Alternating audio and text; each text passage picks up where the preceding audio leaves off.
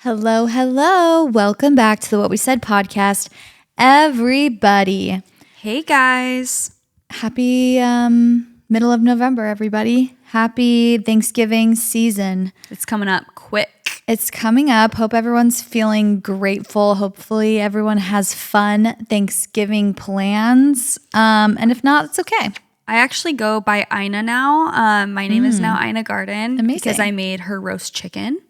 Oh, how was it? And it was actually really good. It was Nice. pretty simple. It was more simple than I anticipated for sure. I feel like when you see a roast chicken with like veggies and, you know, looks very daunting and complicated, but it actually turned out great. And I do think my oven, what I'm learning from 2 seconds of being a homemaker, okay, is that my oven is, I think, a little bit hot, maybe a little hotter than normal or something, because it's either that I need to cook things at a lower temperature or for less time, because I feel like a lot of stuff lately, if I follow the actual directions, like put it in the oven for an hour, it's like burned or a little, I felt like it could have come out of the oven a little sooner, but I was following directions, you know what I mean? So I've learned for next time. I don't know, I feel like that a lot of times though, where I feel like for cookies or something, it'll be like cook for 12 minutes or bake for 12 minutes.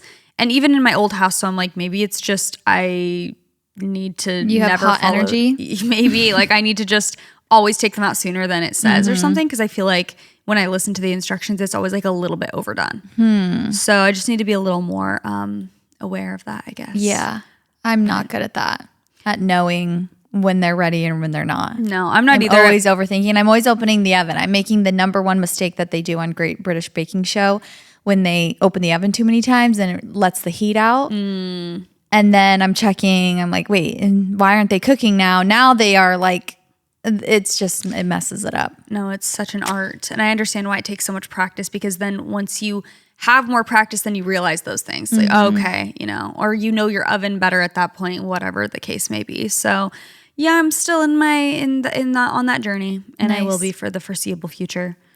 Nice. I'm feeling ready for Christmas. I'm not going to lie. We have this discussion every year, but I feel like everyone's opinions change every year on it. I feel like more and more we're conditioning people to be okay with Christmas time, like Christmas season starting in November. Yeah. How are you feeling about it? I'm okay with it. I'm more open to it than I have been in the past. I think like The conditioning's working. Yeah. Well, logistically, I understand wanting your Christmas tree to be up like in November so that you can actually enjoy it for all of December rather than, you know. Yeah. I mean, I still am kind of on the train of like, because to me, Thanksgiving is so fall-ish and like that's a different feeling to me than Christmas. So sometimes I like to still, especially where we live, like November feels like actual fall to me. Whereas honestly, September and October still feel like kind of summery. Like as far as the weather goes, last week was like 85 degrees. So yeah, it's harder to get into that fall mindset. So by November, I'm like, oh, I'm ready to like make soups. And then it's like everyone's breaking out the Christmas stuff. I'm like, winter. well, it's not winter yet. So in my head, I like to still soak up that fall energy for November. You know, I'm getting a little more open to like to each their own. You know, if you want to put your Christmas tree up early November, like be my guest. I guess it to me is just the second that Halloween's over, people go into Christmas mode. And I feel like at that point, I would feel like sick of my Christmas tree. Like if I put my Christmas tree up right as November started, by the end of November, I feel like I'd be like, okay, I'm kind of over this. And it's like, well, we still got all of December to go. So that's my perspective currently. That's my working perspective. Yeah, I think a good idea would be right about now, you know, start thinking about getting the Christmas tree up. So maybe it goes up right before Thanksgiving, right after. So then it's like edging you, you know, you're like, oh, Christmas is right on the corner, but it's still Thanksgiving time. But like the Christmas tree's there. Not all of your decorations are up yet, you know, getting you ready. And then by the time Christmas is over, you'll actually be sick of it. But then it won't be sad that Christmas is over. You're just like, yeah, okay, I'm done. I'm moving on. And the second that Christmas is over, mama, that tree's got to go. It's got to go. The second. The day. And I mean the day after, I'm like getting into New Year mode. I'm like, I'm over it. Like that was fun. The holiday season is now over. It is now summer to me. I've been over this. Why is it cold still? Before the winter solstice begins the 22nd. We have 3 days of winter. That's what I'd prefer. Where's spring? God, if you're listening, that's what I'd prefer. Somebody made a TikTok actually talking about, I just saw it a couple days ago, talking about how they think Christmas should be in February. So they think that, give fall its time. And they were saying the same thing. Winter actually technically starts December 22nd or December 23rd. And then you have 3 days of winter before Christmas. Yeah. No, then after Christmas right now, as it is in December, you have 2 months, especially if you live in a place that's super cold and super snowy. Yeah. You're miserable for 2 weeks. You're for 2 months with nothing to look forward to besides Valentine's Day. No, that is miserable. And we can't speak to that since we don't live in a freezing place. But I can't imagine the dread that would fill my body being like, oh, the holidays, that is over. And we're still it's still snowing. Yeah, it still hasn't even really begun. The worst of winter and the most, I know you can lock into a different mindset of oh, it's cozy, whatever. But to me, it just after the holidays, it's the new year. So it's I want fresh energy. I want to be motivated. And to me, the winter is not it's hard for me to get into that mindset when I'm freezing. Yeah. No, so same. I can agree with that. That makes sense to me. I have started my 2026 mood board. I saw a couple things and I was like, I'm going to start yeah, exactly. I've been gathering. That's probably what it is. My instincts. I'm I can't go harvest my crops. I need to go harvest my Pinterest board and start my new year brand, my new rebrand. Love a rebrand every few months actually for me. But that's kind of crazy. I started in October. The year is not even close to being over yet. Yeah. I can still be working on myself. I'm oh, gotta wait 2 more months. I'll do it in 2 months. I love the feeling of a fresh start. Yeah, it's just fun. It's all mental. So if that makes you happy, then who cares? And I think that it's easy to, get caught up in the new year, but it's a lot to do to find all of your, pictures for your vision board the day of and do it. So I'm I'm prepping. I didn't do my mood board or my 2025 vision board till summer. Yeah. Genuinely. I just didn't get around to it. I wanted to, but I was just not feeling. I got to check in with my vision board. Yeah, same, honestly. Yeah. See what's going on. See what's come true. Yeah. Yeah. No, I'm right there with you. I love a rebrand. To gather inspiration, and I feel when the inspiration strikes, you got to follow it. It doesn't matter what month it is. Yeah. Don't get me wrong. Also, though, I have been prepping for Christmas all year in the sense that normally I don't even think about the holidays until they're right around the corner. But I've been when I'm at vintage stores or estate sales or thrift stores, if I see something cute, a Christmas, a vintage Christmas book or wrapping paper or a little thing that I think would be a cute Christmas tag, I've been gathering. Yeah. So I'm actually excited to see my collection because it's just been I've been putting things in a box. I'm excited to break that out and see what I've got going. Cute. Yeah, that'll be fun. Love. Yeah, I'm just very excited to open up my Christmas box and see what we got going on. I have been shopping so much recently. I'm trying to get all of my holiday lists, all of my gifts checked off the list so that I don't have to worry about it for most of December. I actually feel you're very good at that every year. I feel you're always done with your gift. I just love shopping. it. I love it. I love shopping of all kinds, in person, but online, that's really my time to shine. I have been trying to get, there's a wide array of people I'm trying to get gifts for, of all ages, of all interests. And I'm always on Amazon. I'm always on Amazon. Yeah. I'm always saving people's Amazon's lists of things to get for your kids, activities, different things like that. And so I'm always screenshotting. I haven't done a screenshot tour in a while where I share my list of screenshots, but I swear half of them are little Amazon goodies that you can get on Amazon. But recently I got these blue light glasses that I've been wearing. They've been my whole personality. I've been wearing them if you've been watching video of our podcast. And I got them because I wanted to ask if you're a review girly. Do you focus on reviews when you're buying something? Yes, I will always buy something with the best reviews. Because I am such a review person, and it's in my later years. I'm is this a sign of maturing, getting old? I don't know, but I got these blue light glasses. They had really great reviews. I'm obsessed with them. Even though I have good eyesight. Well, that's why I love blue light glasses actually, because I can put them on and then it's like my fantasy of having glasses. I wanted that when I was younger, like to be able to wear glasses, but I had great vision, not to toot my own horn. But these make me feel like I have my life together.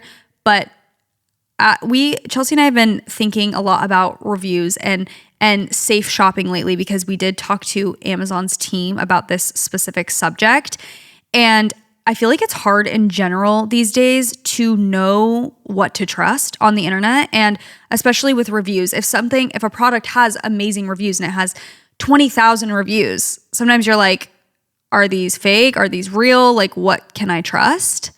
And Amazon has like a ton of different measures that they're taking these days, safety things, to make sure that your shopping experience is legitimate and safe. Amazon has zero tolerance for fake reviews. 99% of products viewed on Amazon have authentic reviews. So you know that you're hearing the real story. You know those are real customers talking about the product, so that you can get a full picture before you're ordering something and making sure it's legit. So you can be rest assured before you purchase, and before the product's even posted on Amazon, expert investigators have gone through to authenticate those reviews. Also with counterfeit products, Amazon's been working very hard to make sure that the products being sold on Amazon are authentic. I love something that just saves my time and my energy, and I feel like this is an example of that, where you just don't have to wonder if the product that you're buying is the real deal, if it's authentic. Also, Amazon is very good about, if there is an issue, if you have a late delivery, if you have a product that arrives and it's not what you expected, they will give you a refund, they will replace it. It's very little effort. I feel like they're really good about that. I recently had a product that it was just, I wanted to cancel the order, and it was literally a click of a button. Like, it was so incredibly easy to just cancel it. And I love that also about them. Another thing that I think is so important when you're holiday shopping this year is to be aware of people trying to take advantage of people who are holiday shopping. When there are big holidays coming up, when, there are big sales on Amazon coming up, there are impersonation scams, which we are not, we are a little too familiar here at the What We Said podcast. And you've probably gotten a text or a call. I know I have gotten so many where it's like, hurry, click this link. It's your Amazon package. It needs to be delivered. Track your Amazon package. But it's through a text and it's through a random number, or you get a call and it's always so urgent. That is fraud. So make sure that you're always on the Amazon app or website, because they are going to make sure that you are actually talking to Amazon. So stay safe out there while you're shopping, so that you're not, it's okay if you've fallen for once or twice. We've all been there. Nothing to be embarrassed about, because they're very good at these scams. But Amazon is cracking down on the impersonation scams.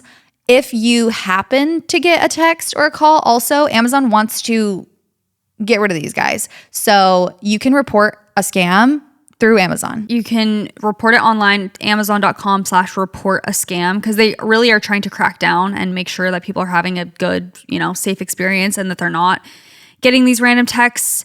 Like Chelsea said, kind of like the false sense of urgency of like, click this link, hurry, you have to do it now. Amazon is not going to be sending you a message like that or pressuring you to buy a gift card. Like, I feel like I'm a very, I'm an aware person. And even these, when I get them and it's like that false sense of urgency, it does terrify me. I'm like, oh my gosh.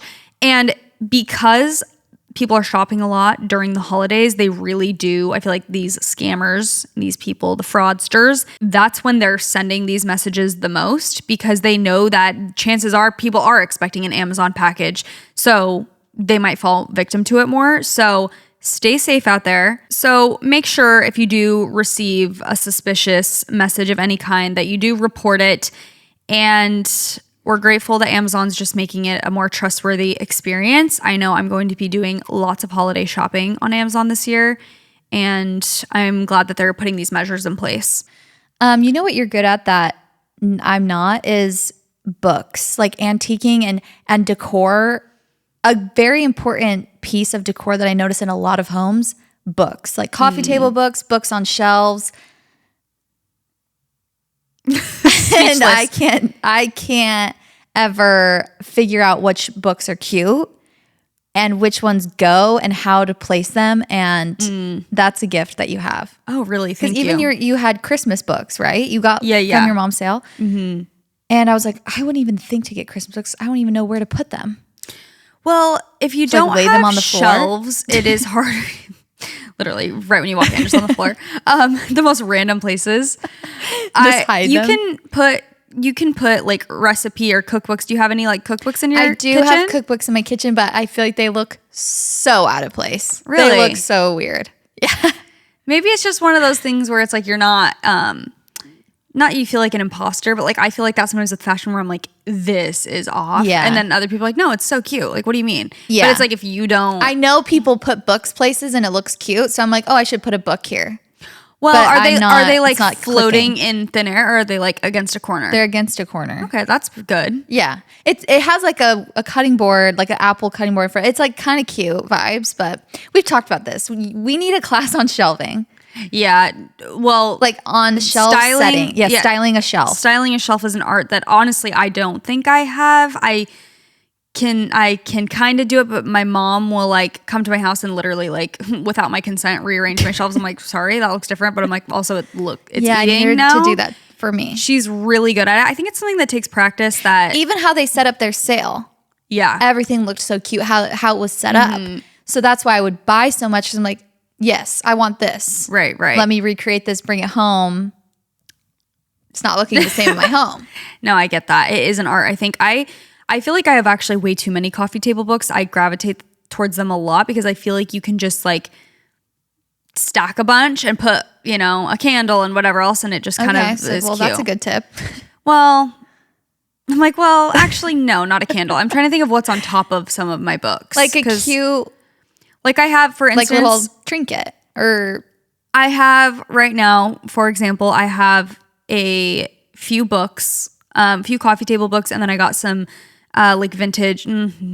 They're like from 2007. I guess that is almost vintage at this point. Yeah, it is. Architectural Digest magazines at that estate sale. So I did see those on top. I put those on top of the coffee table books, and then on top of that is a bowl with Polaroids in it. So like that's Genius. an example of. I'm like, and I am the smartest woman And alive I for that. sprinkle little Polaroids on top. And Cherry there on you top, have it. mama. I'm just giving examples of how I have my books, and then I have, that's but I great. have shelves in my living room, and I just like line them up, and then I'll put like a little it's cute. trinket next to them or whatever. You know the Bookends, vibes. maybe. Yeah, bookends could be cute. Okay. I actually don't have any bookends. I don't think. Because you gave me that really cool book that's in my family room. It's like a horse book. Yeah. And that's the only book in my house that looks good and makes sense. But also that I'm like, I feel like I need to maybe stack but I want it to be accessible. I don't know. Yeah. That's the problem is like you want to isn't be able to look in the coffee table books. Yeah, that I don't worry about as much because I feel Okay. like if you really want to, you can take it off and. Like I have the Flamingo Estate book. Do you know Flamingo Estate? That book, Sounds you guys. so familiar. Oh my gosh, if you want a good, we should talk about this in like a holiday Is it a gift recipe guide book? episode.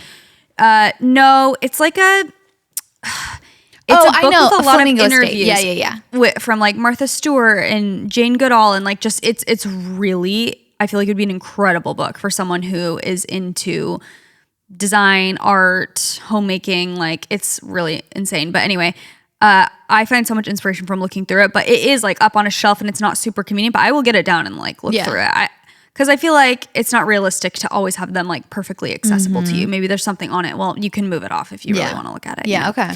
Noted. Anyway, I quickly want to talk about new beef that I have with Dancing with the Stars that will be outdated at this point, but the principle remains nonetheless. And so I'm not meaning to like be one of those annoying viewers who's like, this is the problem that I have with this and this and this, and they should change this. However, these guest judges, no, their scores should not be counting. Why don't they only have ballroom dancing guest judges? That's what I'm not understanding. And I feel like a lot of the guest judges do have dance experience, and I can respect that and understand that. Flavor Flav, mama, why were you there? Did you see Flavor Flav? I actually did watch some of it last night. Like it's like funny energy-ish, but like you can tell he actually does not know one thing about dancing. Well, so then they give 10s when it's like, wait, that's like supposed to be a like really special moment, right? When someone gets their first 10 or something, and then like the guest judge says, didn't that happen last year with like Brooks Nader? Maybe. Like who was that? guy that I they're like, don't know. okay, goodbye. But I'm just like, especially this He was far, just giving the hot girls a 10. literally. But it feels like that happened with Dylan Efron. He got a 10 last night from him, but like no one else gave him a 10. So it's kind of like I was saying, oh, that's your first 10. That's like not the best experience for the person. They're probably like, oh, okay, it doesn't really Kinda mean the counts, same. yeah. It kind of counts, but it's like this random guy who just is like throwing out numbers. This is what made me mad. Alex Earl, the woman that you are. Wow. Her and Val together, they just have such a good dynamic in general. I love Val. He's everything to me. And I feel like him and Alex have just like a very fun dynamic and good chemistry on the dance floor. Like they're a really good partnership, number one.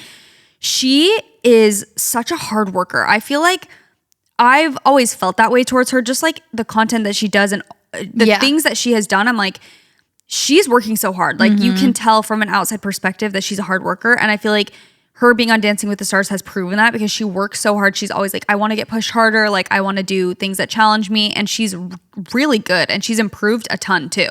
So obsessed with her. She did a Paso Doble. It was insanely good. Like really, really good.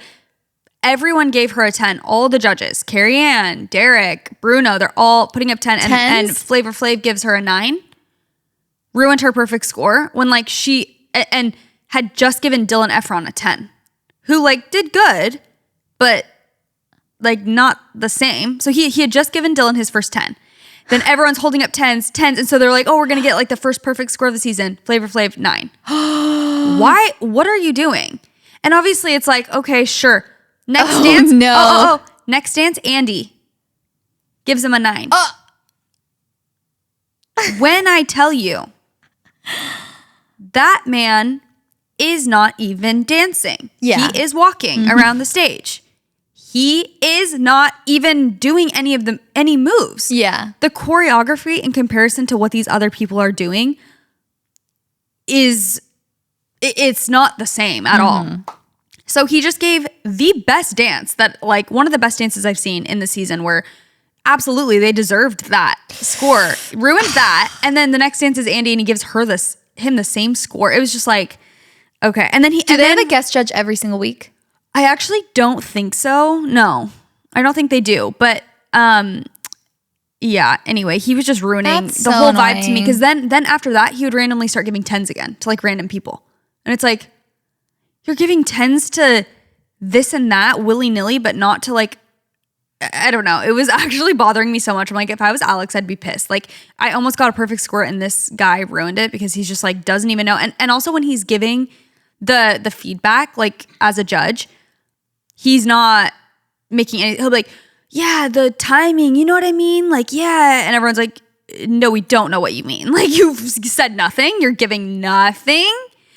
Again, it's like, sure, fun, energy, whatever, but that should not be counting. I was getting heated. Be scoring. No, they shouldn't be scoring. It should be like, sure, you can be there for some vibes and like you can give your input, but to my knowledge, he doesn't have any ballroom dance experience. It didn't seem like it based off of the critiques he was giving.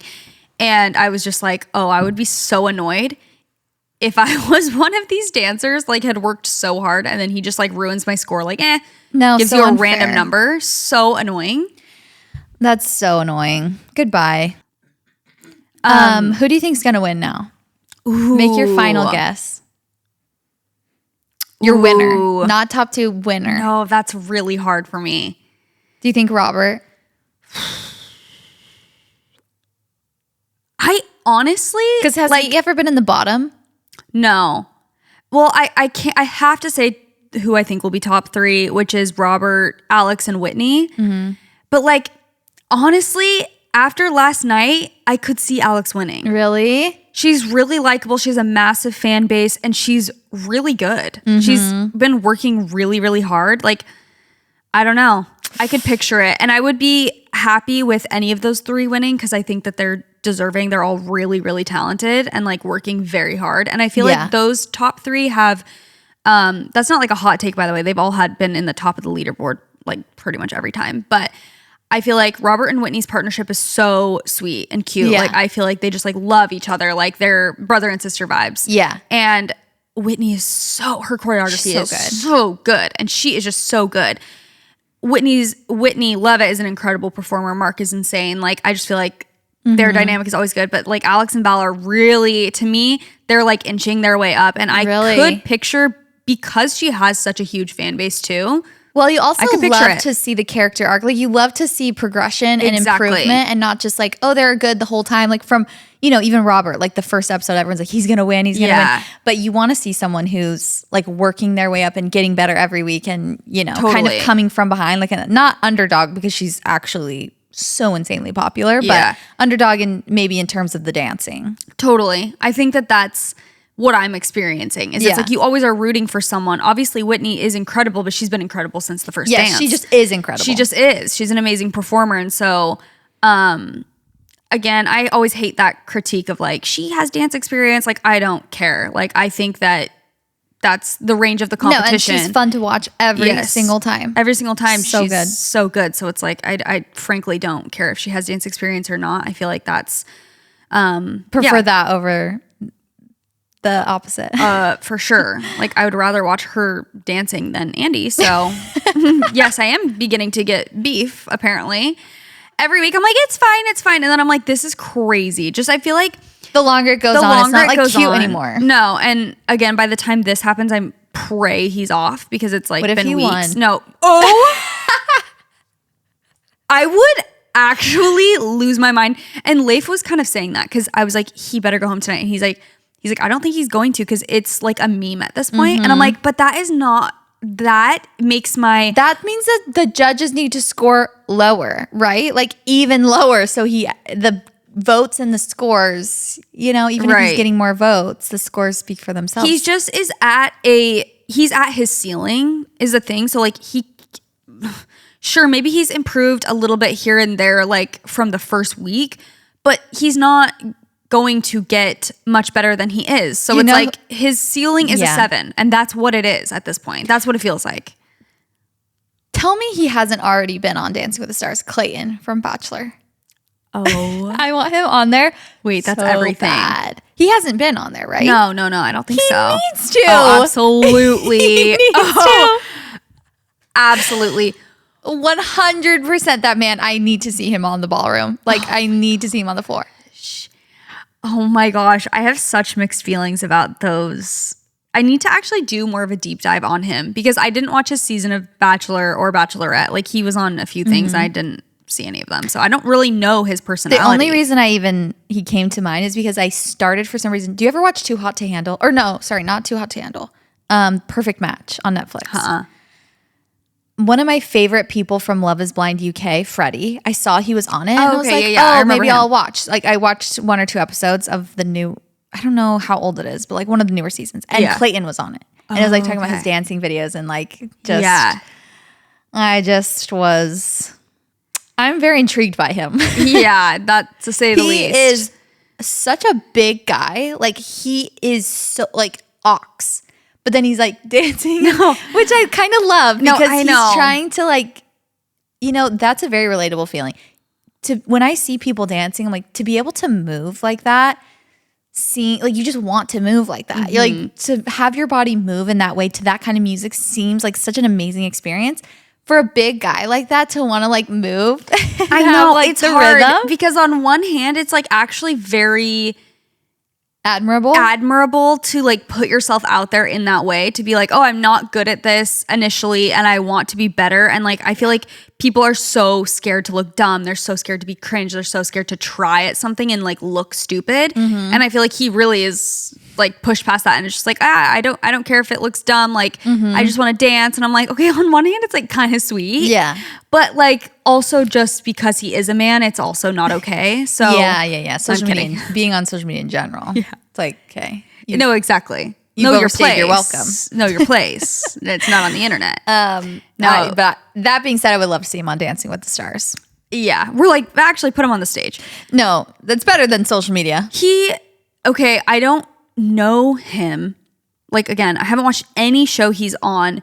He doesn't come across as super unlikable to me. No, he seems like pretty genuine. So I think I didn't watch his season of The Bachelor when he was The Bachelor. Obviously, he was liked enough to become The Bachelor, you know, like on his season. I think his season of The Bachelor, because it was with Gabby and Rachel. And I think it went terribly. Okay. But he made a joke about it on Perfect Match. Yeah, I keep saying Too Hot to Handle. People from Too Hot to Handle go on Perfect Match. Yeah. But he had made a joke about it. They're like, oh, how did it go? And he was like, horrible. He's like, it was a dumpster fire. I do remember Gabby kind of being like talking badly about him and being like, I've seen some clip of their breakup and her just being like, why didn't you just communicate that and tell me? Like, you know, of them on the show. Yes. Like, and I'm assuming I would 100% take her side in that, Yes, whatever 100%. she was talking about. But does that mean he has to go in a cave and never exist again? No. Right. Would still love to see him. That would be very. He needs to be teamed up with Whitney. Oh, Whitney person. The thing that Ty just sent us that was like this paternity test, like this whole scandal. Yeah. That was crazy. That was crazy. I haven't deep dived into that either, but it's like someone faked a pregnancy. Yes, this girl with him. Yes, this girl, I'm forgetting how they met.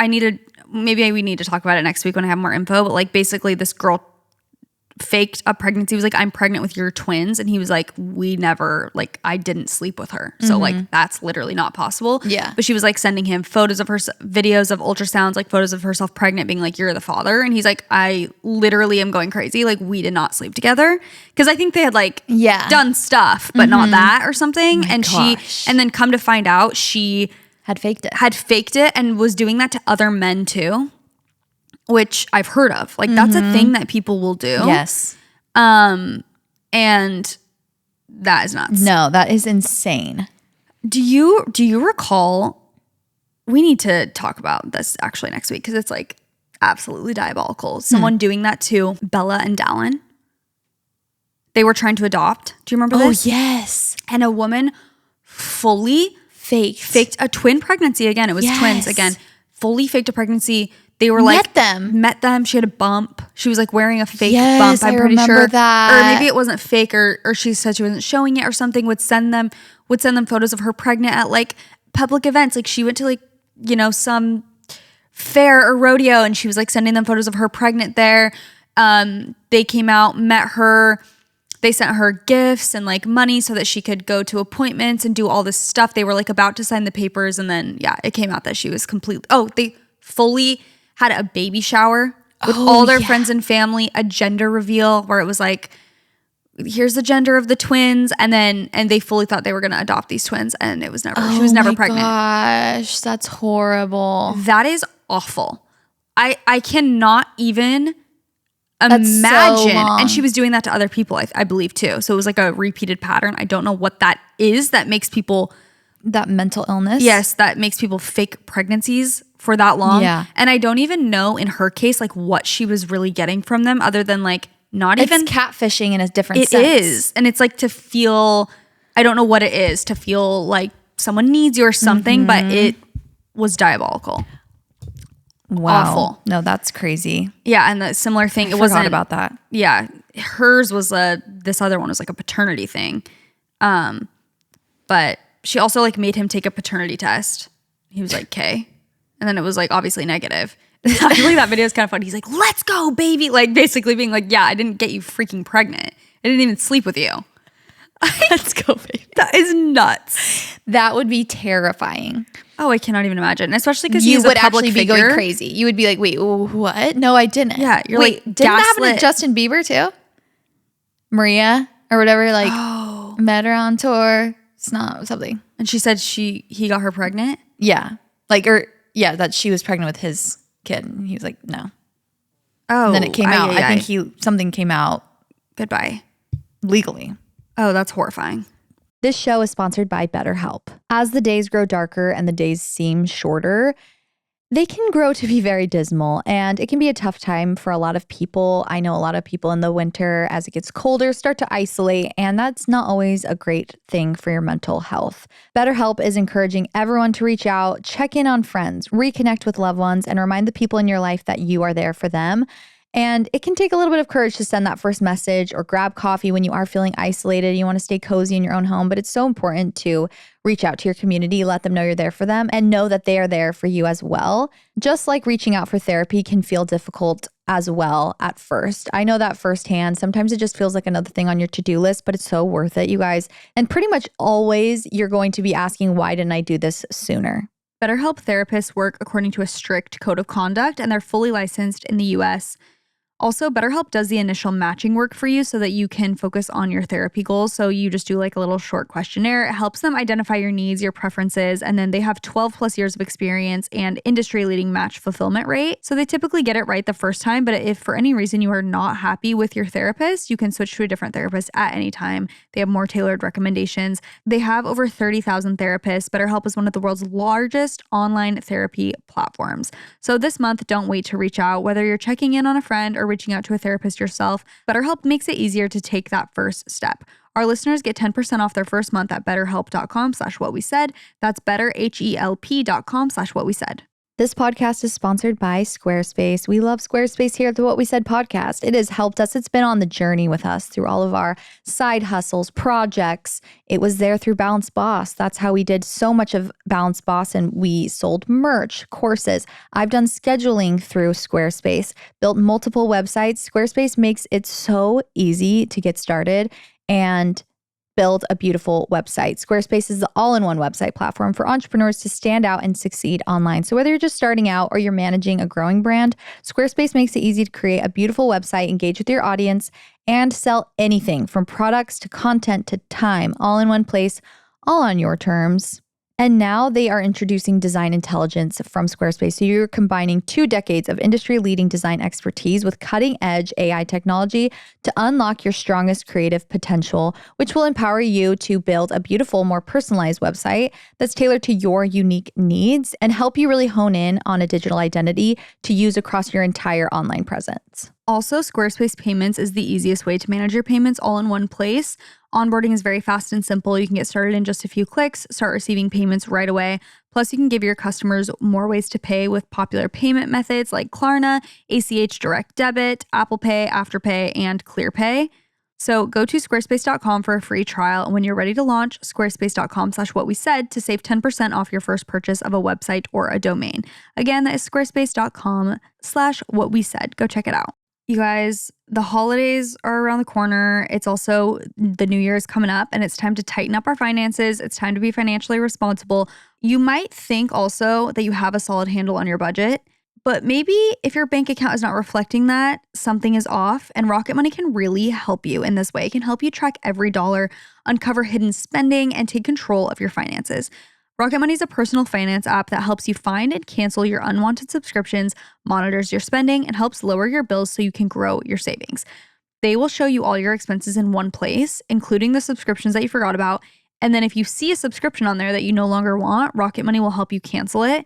The dashboard also just lays out your total financial picture. So it can include bill due dates, paydays, in a way that's very digestible. And you can even create custom budgets based on your past spending. They can do that automatically for you. So they do so much heavy lifting for you. One of my favorite things about Rocket Money is they will alert you if your bills increase in price or if there's unusual activity in your accounts or if you're close to going over your budget. As you guys remember, I got a notification when we were on tour that the tour budget was getting to the top, honey. It was about to spill over. Rocket Money has saved me so much money, you guys. Rocket Money has saved users over $2.5 billion, including over $880 million in canceled subscriptions alone. Their 10 million members save up to $740 a year when they use all of the app's premium features.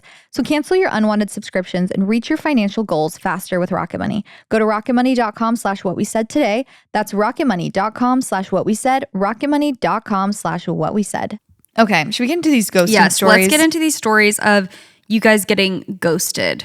It's not spooky season anymore. We realize that this is spooky, but we're ready.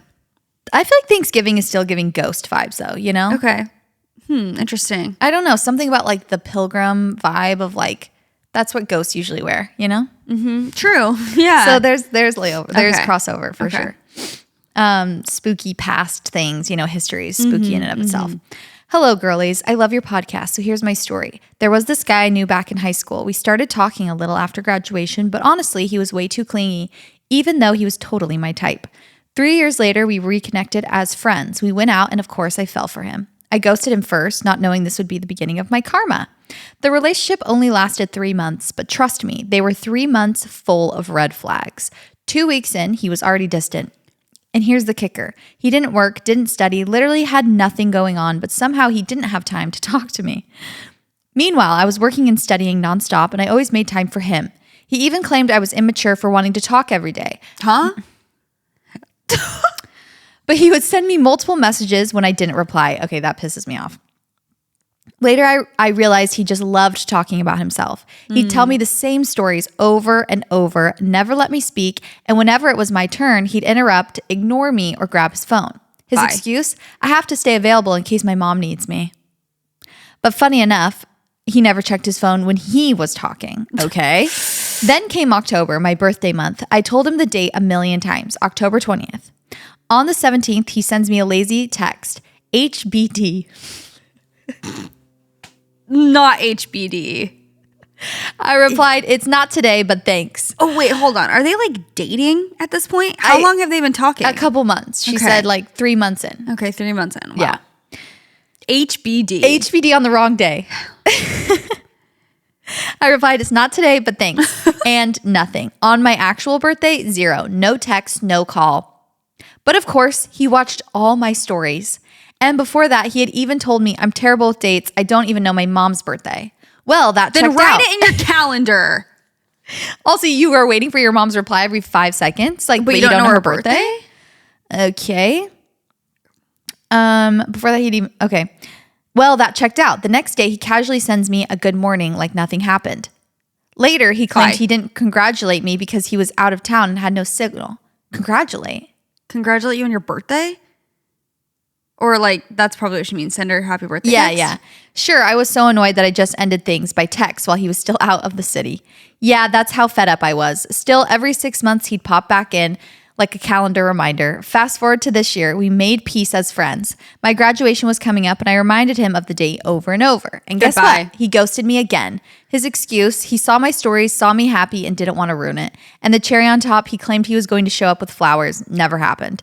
He even sent voice messages yelling, swearing, and calling me ungrateful and immature for ending things and how I treated him all these years. What? I'm so confused. Does he? So finally, I stopped talking to him. A month later, the TikToks, Reels, and begging texts started rolling in. I just leave him on red. Girls, don't be like me. Don't waste your time on an immature guy with no job. He'll always try to make you the problem. Sending love from Mexico. This guy's living in an alternate reality, a delusional world. What? Yes, what what world is he living in? But honestly, thanks for not trying to ruin my happiness. That's valid. Yeah. And now stay away. Though. Now stay away. Yeah. And keep forgetting all the dates and leave but me also, alone. what? Just like trying to be a movie guy. I saw you happy. I didn't want to ruin it.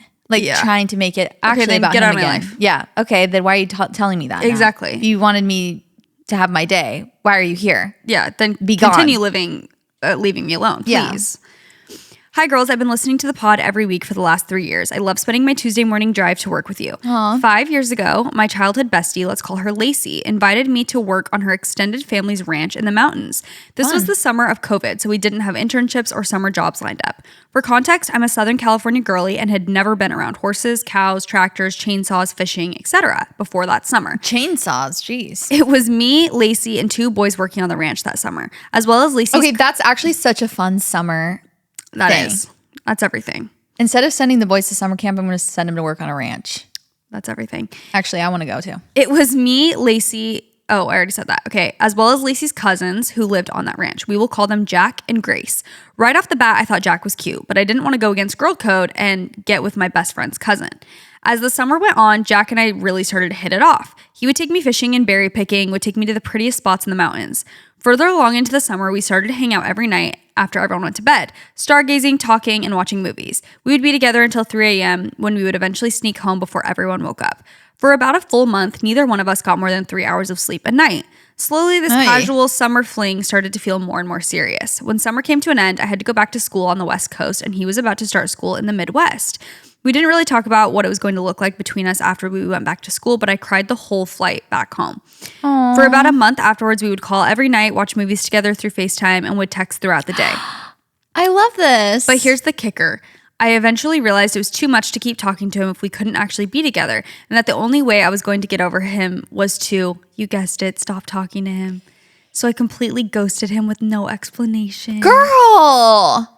Out of nowhere, I stopped all contact, calls, texts, and Snapchats. The last text between us was him saying goodnight with a kissy face. I then dated a new guy for about 5 months until I realized that deep down I never stopped thinking about Jack. So I broke up with the new guy, and after 7 months of ghosting Jack, I texted him saying, hey, Jack, it's been a while. How are you? And yes, the last text on this thread was the goodnight text from 7 months ago. Fast forward to today, we dated 3 years long distance, both graduated school, and now have jobs in the same town. We talk daily about getting engaged, starting a life together, and raising a family on the same ranch we fell in love at. Moral of the story is that you will always find your way back to your person, even if you're terrible and ghost them for months. Oh, I'm so happy you guys. And I was like, I'm scared because this is sounding so amazing and so perfect. If that was reversed, I would never forgive him. However, you what? If that was reversed, I would never forgive him. Like if he ghosted her for 7 months and was like, hey, it's I'm different. back. She's a girl. I know. Since she's a girl, it's okay. You know that the girl is overthinking it and she's not doing it because she's like, I don't know. She's good reasons. Well, the only thing I'm confused about is the last text being goodnight. Like, did he not care that you just stopped talking to him? Like, was he not like, hi, hello? And you know what? We love that. He respected her boundary. Okay. He was probably like, oh, well, she'll probably text me in a day. Maybe. Yeah, he just like was. Time just keeps going. I don't know. Maybe That's because sad. they stopped maybe because it was kind of fizzling out and it wasn't like they were dating. He didn't feel like he had the right to even follow up. But okay. We're like, yeah, why wasn't he chasing you? Exactly. No, but that is everything. I'm so happy you ended up back together. And it sounds like it was just meant to be. That sounds so fun. It sounds like a movie. Fantasy. It sounds so fun. I'm going to go live on a ranch. That sounds so fun. Like such a fun summer thing for kids. Not kids, but young people to go do in the summertime. Not the young people. It's giving boomer. No, literally. I like you young kids finding love. Finding love on the ranch. Teaches them hard work. Yeah. Anyways, wait, where was the ranch? Did she say? She just said in the mountains. I don't think she ever said where. I'm just thinking that sounds like a book. It does, for sure. I don't think, she ever said. I have not gotten far in this book at all, but I told you I was reading One Golden Summer. And it's giving that. Like it's about summer, plans. How a lot of people go out to live at a cabin all summer, go to the lake all summer. And that's like they have a special summer place. Like Summer I Turned Pretty where they go to cousins, Yeah. I just love that vibe. Yeah, it is everything. Escape. Okay. That's why we moved to Southern California to have that year round. Unfortunately, the write-in prompt I've been waiting for. So back in 2021, I was a freshman at BYU, and I was planning on serving an LDS mission after attending 1 semester of college. I had to have a surgery to be cleared to serve the mission, and during the surgery, they discovered a heart defect, which meant my mission would be delayed. I was feeling very sad, and I wanted to find a reason why this would have happened. So in an effort to find the reason, I downloaded Mutual. Please. And I matched with the first person who came up on my profile. Literally my dream man. BYU football player. Returned missionary, tall. We started going out and literally I was so down bad. I only make a face like that because I went to UVU. So I know like the BYU football player vibes. Maybe it was just me and what I had heard about BYU football players. Not all of them. There's a lot of them.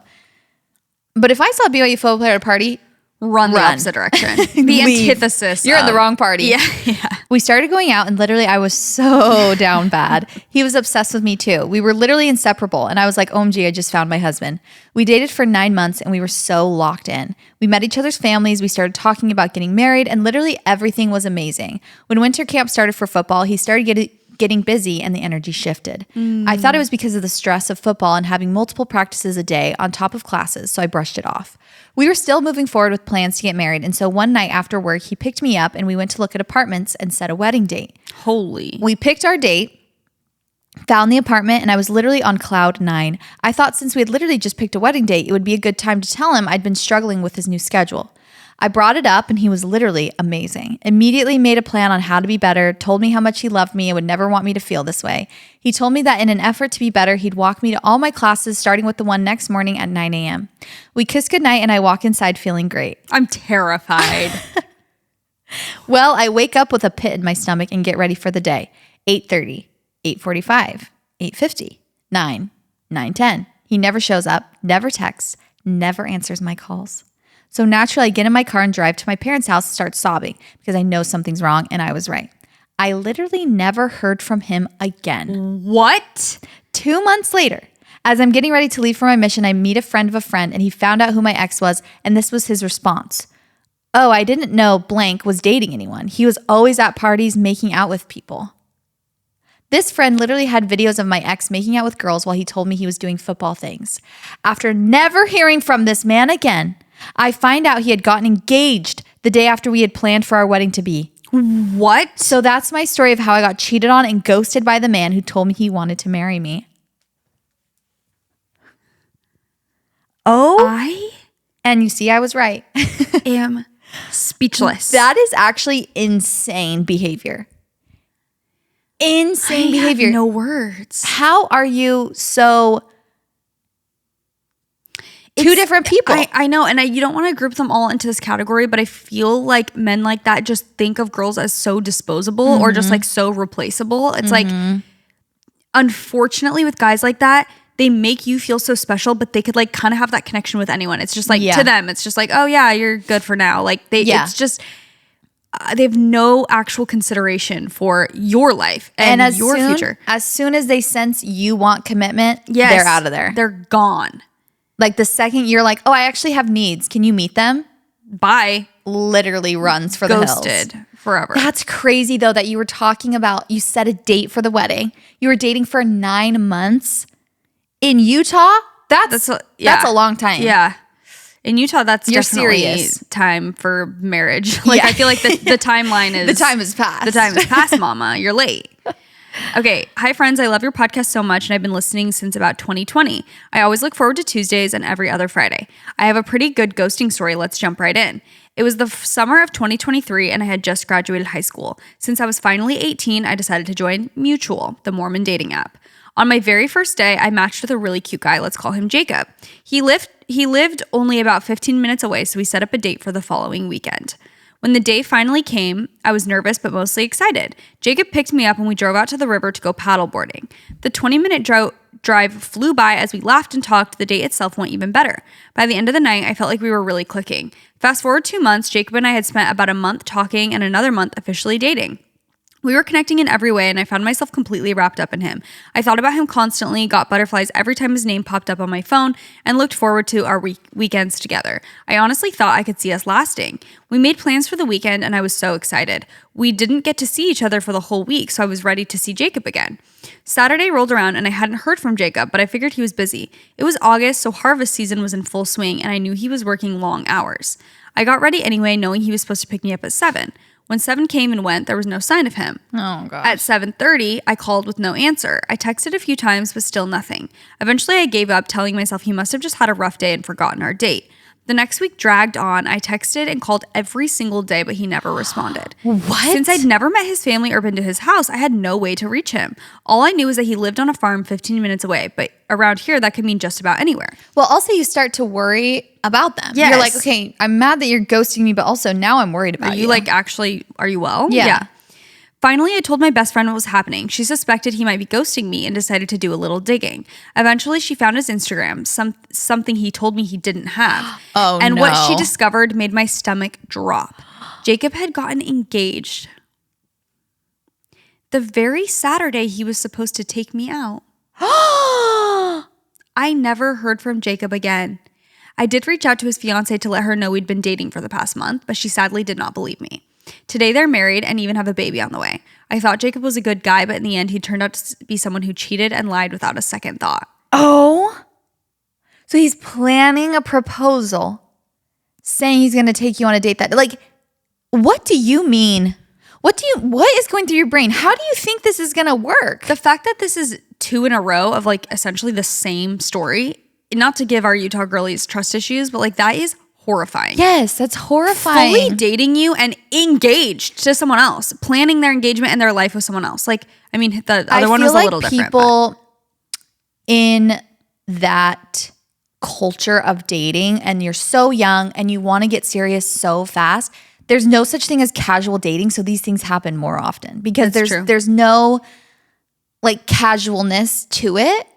And if there is, it's one party doing it casually without the other one knowing that it's casual. You know what I mean? So it gets so serious so fast, and they're just like, that's the only way they know how to do it. They're like, yeah, we're serious. We're going to get engaged. Yeah, actually, never mind. I've been casually dating. Yeah, I'm dating a couple people, but I'm telling them all they're my wife. Like, no, that's so serious. No, it's so beyond.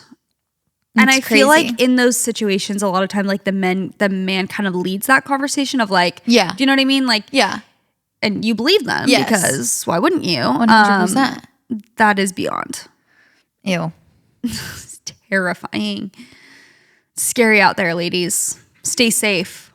Hey, ladies, I just saw you on tour in Dallas, and I have to say I will be a Valley girl forever after that. Oh, that's sweet. So much fun. It was so much fun. And Jaci, I even got to meet your dad in person after I had done coaching calls with him 3 years ago. That's so nice. Amazing full circle moment. Do I say forever weird? Forever? Forever? I think Am I supposed to say it like that? No, I think I say forever as well. I also say like that's, instead of for you, I always say, I think I say for you. Like, oh, that's for you. I think I say that too. I think that might be part of our Valley accent. Girl? Yes. You're right. Why is that? Thank you. I'm right. Okay. That's all I needed. Anyways, my ghosting story. I personally feel like this was the absolute peak of my villain era. So buckle up. I love a villain era. I think I'm like out of my villain era. I'm really? like I'm trying to get back to I'm trying to heal. I'm actually kidding. I'm just literally talking out of my butt. I'm like villain era. Now I'm in my hero era. No.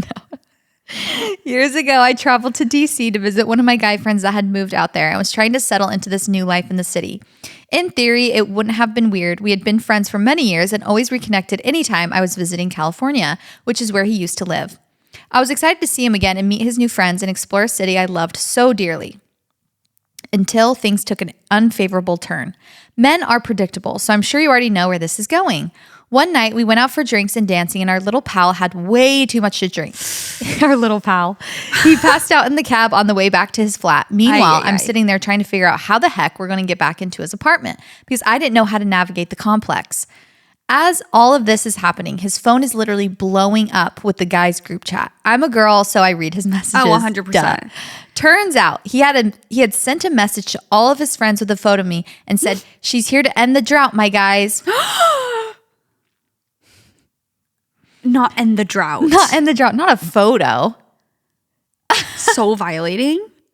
First of all, ew. All of the guys were reacting and saying heinous things in return. Obviously, I was pissed. Ew. It felt like a stab in the back to be talked about in such a vulgar way by someone I trusted. I managed to get him back in the apartment and put more like threw him to bed. Oh, and put more like threw him to bed in the corner in the cover of night, like some sort of female empowerment vigilante. I packed all my things and disappeared from the literal face of the earth. I deleted my number from his phone. Okay, that's genius. Ooh. Blocked his number, disappeared from all social media, and managed to find a place to stay with a different friend's parents. When he woke up, it was as if I never existed. That's everything. The ultimate ghosting. A thief in the night. We love it.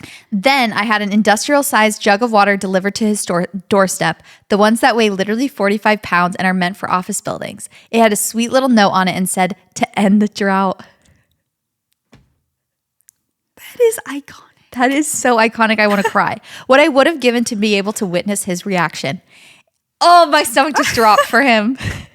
Anyway, I had a great rest of my trip exploring DC alone. Insert smiling devil emoji here. Why are men so gross? Anyway, love you girls and love the pod. Happy ghosting, ladies. I love that. I love this I love a little story. Revenge ghost. Yes. That's perfect. That will teach him. He will be terrified for the rest of his life to send anything to that wretched group message. 100%. Boys group messages should not exist. Yeah, they can't talk to each other. Yeah, literally. They need to be lonely. We need to isolate them individually to make them vulnerable. When I was in college, I worked at a chain restaurant. We had a holiday party one year and my boss's roommate came. He works for the same company but a different location, so I've never met him before. It was a bowling party, so super casual, and we were talking most of the night. But I wasn't really interested because, well, he's my boss's roommate, so I didn't want it to get weird. He also came on very strong and gave me creepy vibes, but whatever. I was trying to be nice at the party. After the party, my boss texted me and asked if it's okay if he gives his roommate my number, and me being the people-pleasing loser that I am, I agree. Around the same time, my friend texted me and asked if I was going to hang out with the roommate, and I replied something along the lines of, I do not want to go out with him. He seems like such a creep. How do I get out of this? A few minutes later, I get a text back and it's a question mark. Turns out I accidentally sent that text to my boss. Fantastic. Oh, no. I felt so guilty, so I texted him back and said, no, I definitely want to go out with him. And instead of using his brain to be like, oh, gee, I guess I shouldn't push my roommate to pursue this. Clearly, she isn't interested. He tells him to hit me up. Please. To which I, of course, agree to go out with him. Please. How do you get around that? We went out 2 times, which was so awkward, but I felt like if I go out 2 times, that would be good enough. Again, I have a severe case of people pleasing. Anyways, I ended up ghosting him and it was never brought up by my boss or anything. Fast forward 6 months later, my boss gets a new position at another restaurant and we are getting a new boss at my restaurant. I go into work where they are having a meeting to introduce us to the new proprietor. No. Guess who it was? Yep, my boss's roommate that I ghosted. No. Now he's your boss? That's hell. Not a creep as well. Oh, no. And Goodbye. Now you're in a position of power. Or he is. Yeah, power with dynamic you. on top of it. And you've already been out twice and you ghosted him. Awesome. That's a great way to start. You gotta quit. Yeah, you gotta find a new job. Yeah. Unfortunately. Wow. I am so happy I don't have to date. No, that's right now. insane. That just sounds in today's day and age. So many different ways to ghost. That's my number one takeaway from this episode. So many different ways to ghost. Some positive, some negative, some better than others. Yeah, and some justifiable. And some basically if the guy is vulgar or a creep, it's okay, obviously. Yeah. See, that's and again, yeah, we haven't heard their perspective, but that's the difference. Is like when the girls ghost, it's for a very good reason. It's like, oh, you were very disrespectful to me. You talked to me this way. And, or aside from that one girl who did just self-sabotage. Yeah, self-sabotage. But the other ones, it's like, you ghosted me and you had another life. Yeah. You cheated on me. Yeah. You cheated on your fiance. Yeah. Okay. And you don't have the emotional capacity or the maturity to sit down and have a conversation with me to have closure of any kind. It's just like, oh yeah, we're going to get married. Poof. Bye. Literally. God. See ya. That is actually diabolical. It's the craziest thing I've ever heard. Can you imagine doing that to somebody? No. Like, put yourself in the position where you are now you're telling somebody, I love you, you're having intimate moments with them. You're like, oh, I can't wait to marry you. And then you're actually, the next day you you're thinking, you're like, oh, I'm never talking to this bitch again. Like, tomorrow, I'm gone. That is crazy. Wow. You know what have we talked about this on the podcast or in person lately? I saw this video of this girl kind of saying that it's like, and this is not justifying a large, population of men's actions at all, but she was kind of talking about how the way that men have been raised up until this point, they don't learn a lot of skills, emotional maturity, communication a lot of times. And then basically they're now, college age and they don't know how to do their laundry or like just all these basic tasks that they're like their mom just did for them in some cases. Obviously, this is not everyone, but this is like, it can be common that a guy has never had to have these like emotionally intelligent conversations or communicate properly or even do tasks like that, like cooking and laundry. They've just had someone else do it for them.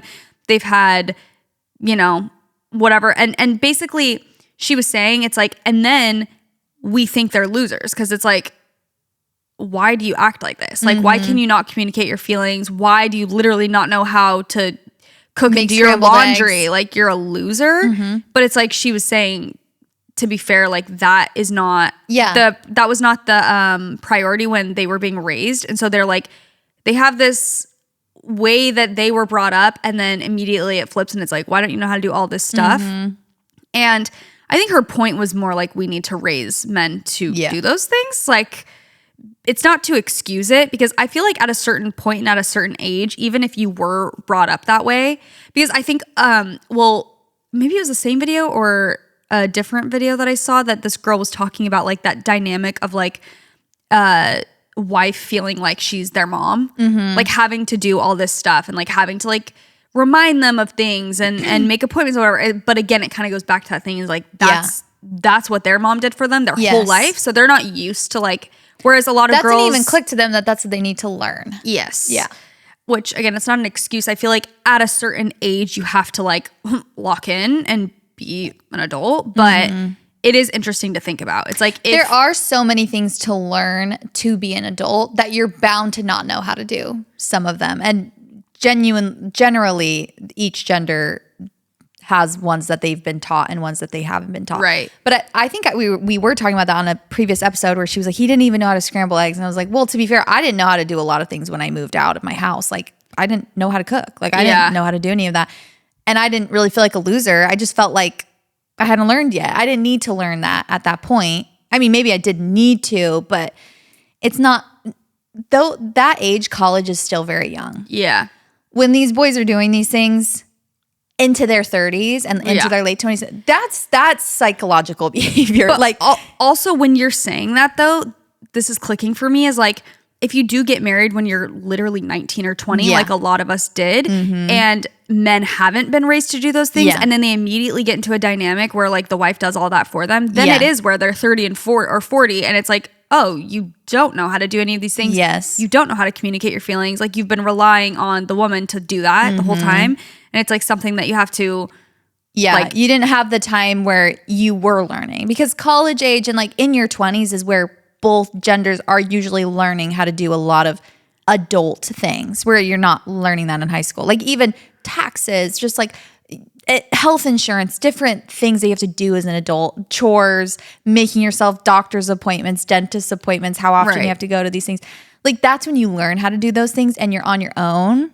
But yeah, if you're in a relationship so early, then you're already having someone who's doing the opposite for you. Yes. So that's why a lot of girls too, they get to be like 30 and then all of a sudden they've been married for so long, they have kids, and then they get a divorce and they're like, I don't know how to do anything. Right. Like I've only been doing just what I've been taught. Like I've only been at home with the kids, or I've only been... I don't have an education. I don't know how... He's been doing the money stuff. I don't even know how to get into my bank account. I don't know how to pay the bills. No, it's like true. I don't know how to do all this stuff. It kind of works like both ways. That's why I feel like in our generation, I think something good that we're hopefully going to teach our kids is to be more well-rounded, because I feel like we have seen different dynamics play out now where it's like, you know, your girls need to know they need to learn about money. They need to learn to change a tire. Yes, they need to learn all those things. And guys also need to learn how to cook. They need to learn how to emotionally, you know, talk about their feelings and communicate. And like, it needs to be, you know, more well-rounded, because I do think that women are maybe more natural. Maybe it's how we're brought up. Like, I feel as though most women I know are better communicators than men. Yes. But men have strengths that, you know, societally or just that are more common that they have because they've learned those things growing up that we don't have, like even the finance thing or whatever it is. So it's very interesting, not to get into a whole tangent there. But one thing about the holiday season, the treats never stop coming, the pies, the candy, you know, and with each passing holiday, it's just the opportunities arise for your diet to not be so balanced. That is why I love Ritual. We've been taking Ritual for years. The obsessively researched multivitamin. So Ritual's essential multis have the nutrients that most of us don't get enough of from food, all in their clean, absorbable form. So there's no shady additives or ingredients that can do more harm to your body than good. And luckily, Ritual's Black Friday sale is here. So if you've been wanting to try Ritual, now's your chance. I have taken their prenatal, I've taken their gut health, I've taken their Symbiotic Plus, I've taken their postnatal, but I also usually just go back to the Ritual Essential for Women 18 Plus because it's the go-to. It contains 9 key nutrients in 2 delayed release capsules designed for optimal absorption per day. My favorite part is that they're designed to be gentle on the stomach. They also have like a little minty essence in every bottle that helps make it actually enjoyable to take your multivitamins. I hate when it has a nasty aftertaste or when it just like, it, you know, hurts your stomach. So this is nice because you can add it to your morning routine and it's going to be gentle and amazing that they take the time to do this. So instead of striving for perfect health, aim for supporting foundational health. Our listeners get early access to their Black Friday sale for 40% off your first month at ritual.com/whatwesaid. That is ritual.com/whatwesaid for 40% off your first month. Don't miss out on their best sale of the season. You guys, we have Quince linen bedding in our guest room, and every guest that stays there is obsessed with it and asks about it, asks where it's from. It's so soft, it's so comfortable, and they're always like, okay, I need that bedding. I am a huge fan of Quince, and they have so much good stuff, especially for this time of year. I feel like their cozy essentials are just everything. They have sweaters, outerwear, everyday essentials that feel luxurious, look timeless, and they make holiday dressing and gifting very effortless. I highly recommend for gifts checking out Quince. They have kids stuff too. They just have something for truly everyone on your list. They have $50 Mongolian cashmere sweaters made for everyday wear, denim, silk tops, and skirts. I have a black silk skirt from Quince that I absolutely love. Perfect for gifting or upgrading your own wardrobe. Quince Italian wool coats are the top of my list this year. They look so just chic. The cut feels designer and the quality rivals high-end brands, but without the high-end markup, which, you know, chef's kiss. So by working directly with ethical top-tier factories, Quince skips the middleman and offers prices 50% less than similar brands. So you can step into the holiday season with layers made to feel good, look polished, and last from Quince. Perfect for gifting or keeping for yourself. So go to quince.com/whatwesaid for free shipping on your order and 365-day returns. Now available in Canada as well. That's QUINCE.com/whatwesaid to get free shipping and 365-day returns.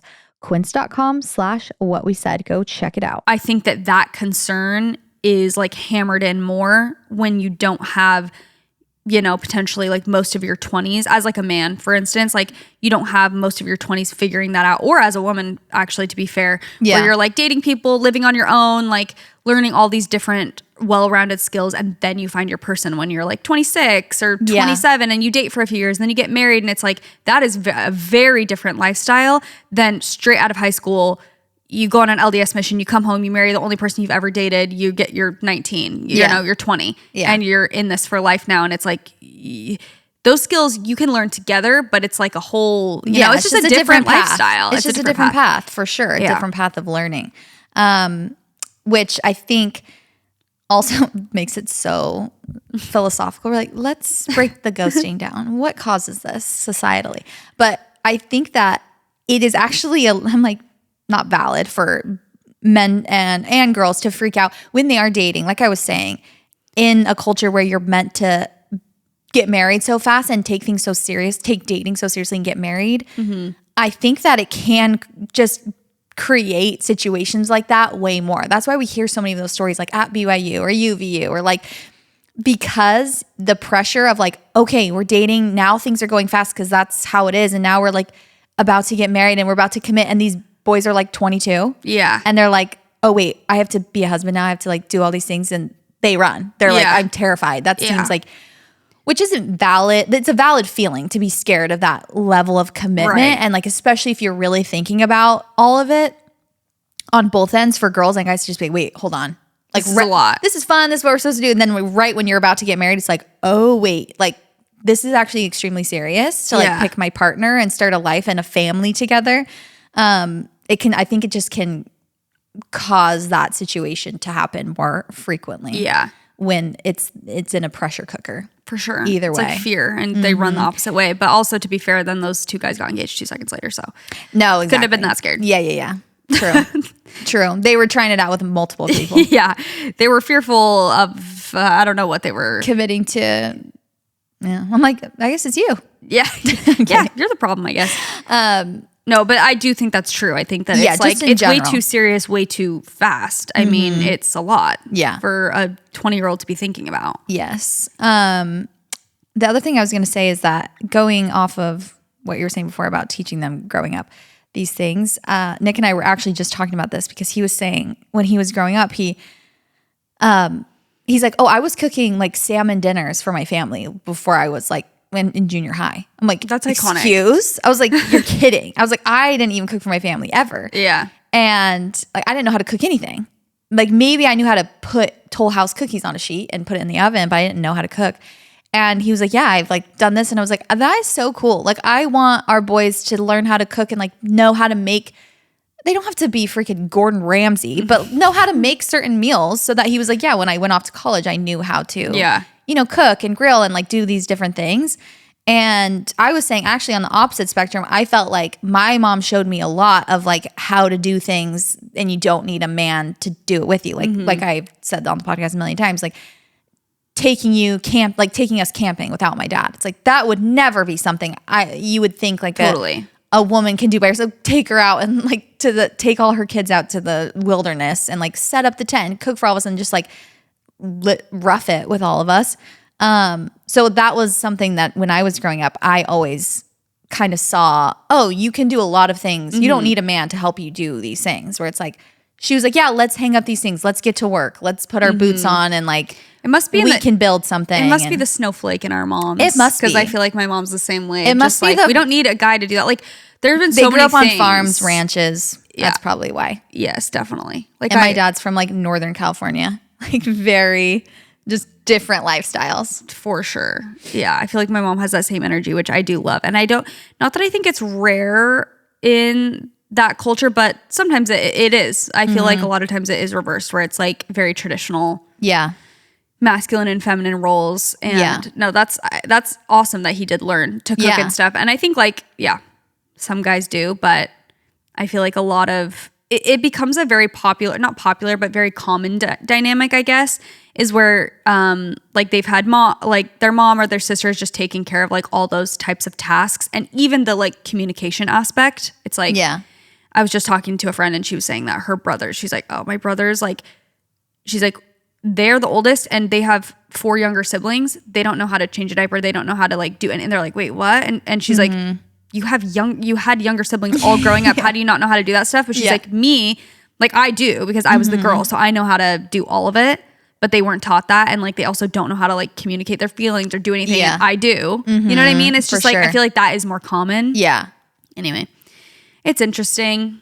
It's something to think about. I feel like especially just raising kids in this generation, it's like you just want them to be, you're not going to do it perfectly, well-rounded. But it's good to think about being well-rounded, I feel like. Okay, skills. We're just going down all different tangents right now, so we're gonna shut up. But thank you guys so much for sending in your ghosting stories. Thanks for being a part of these episodes, because they would not happen without you. And you guys send the best stories, and you guys are such good writers. Yes, that's what I love about the Valley Girls. They were getting A's in English class. I love the writing. 100%. They're really diving in, and we appreciate it, and we support you. And even if you ghosted, it's okay. As long as you listen to our podcast, it's going to be fine. Girls are right. Boys are wrong. Go follow us on Instagram, TikTok. If you want to watch us on YouTube, you can check us out anywhere. What We Said podcast. We love you guys so, so much. And that's what we said. Bye.